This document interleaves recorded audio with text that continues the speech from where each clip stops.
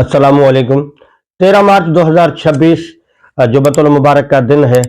और नाज़रीन, 2026 साल का ये जो रमज़ान शरीफ है, ये उसका आखिरी जुम्मा है। और अल्लाह ताला इस जुम्मे के सदके पाकिस्तान और दुनिया भर के तमाम मुसलमानों पर अपना रहम करम फरमाए। नाज़रीन, बात करते हैं ईरान, इसराइल और अमेरिका जंग की।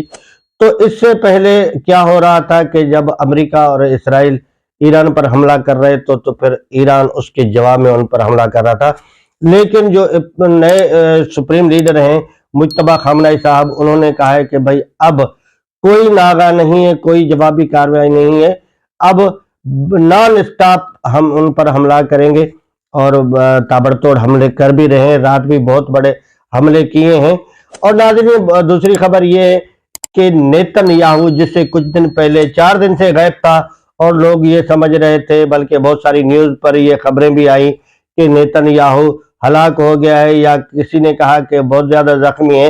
लेकिन वो अचानक मंजर आम पर आया है और उसने एक खिताब किया अपनी कौम के साथ, जिसमें उसने बहुत गुस्सा दिखाया है, खसूसन ईरान पर, कि ईरान मैं तुम्हें नहीं छोड़ूंगा, तूने इसराइल को तबाह कर दिया, तूने मेरे ये नुकसान किया, वो नुकसान किया। और अपनी आवाम से माफी मांग रहा था कि मैं माफी मांगता हूं, तो आवाम से उनको तकलीफ हुई है।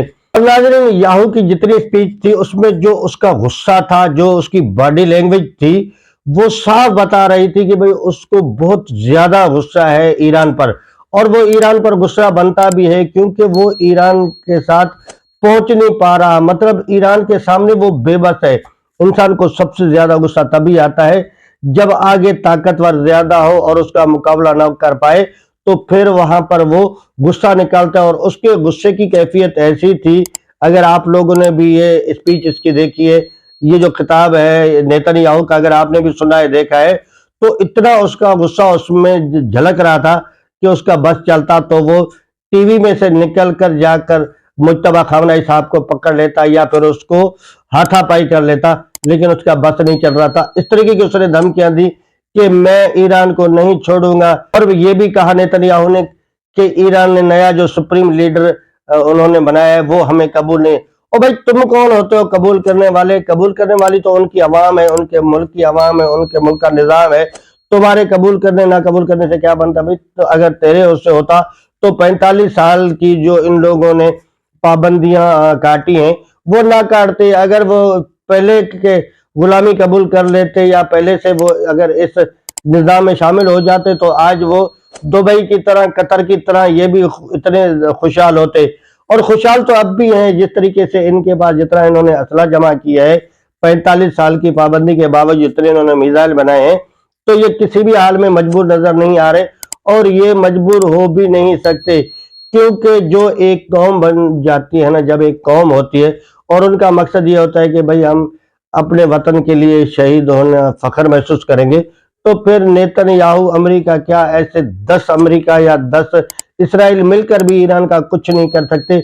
इतना वो पावरफुल खड़ा है। और नाज़रीन, जो सबसे बड़ा हथियार है ना, आबना हरमज ईरान के पास, सारे जो हल्के हैं वो पूछते हैं जो आबना हरमज कब खुलेगा, या फिर इसके बारे में ट्रंप ने भी धमकी दी थी कि मैं आबना हरमज खुलवाऊंगा। तो ईरान ने उसके जवाब में कहा कि भाई आमना हरमज खुलवाना तो बहुत दूर की बात है, सिर्फ 1 लीटर ऑयल यहां से गुजार कर दिखाओ। तो ये भी सबसे बड़ी इनकी मजबूरी है और बेबसी है, और जिससे इनका अरबों खरबों डॉलर का नुकसान हो रहा है। अब इनको अपनी इज्जत और अपनी वो जो बदमाशी है वो डूबती हुई नजर आ रही है, जिसकी वजह से इनके दिमाग पर फुल गुस्सा चढ़ा हुआ है और उसकी धमकियां दे रहा है। और नाज़रीन, इसके अलावा जैसे मैंने सर्च किया और उसमें आया कि ईरान जो है वो न्यूक्लियर पावर बन चुका है, और अगर वो बन चुका है तो ये तो और भी सोने पे सुहागा है। तो ये तो फिर कयामत तक भी लड़ते रहे ना दोनों मुल्क, वो ईरान का कुछ नहीं बिगाड़ सकते। तो नाज़रीन, आज तक इतना ही, मिलते हैं अगली वीडियो में। तब तक अपने चैनल का ख्याल रखिएगा, इजाजत दीजिएगा। अल्लाह हाफिज।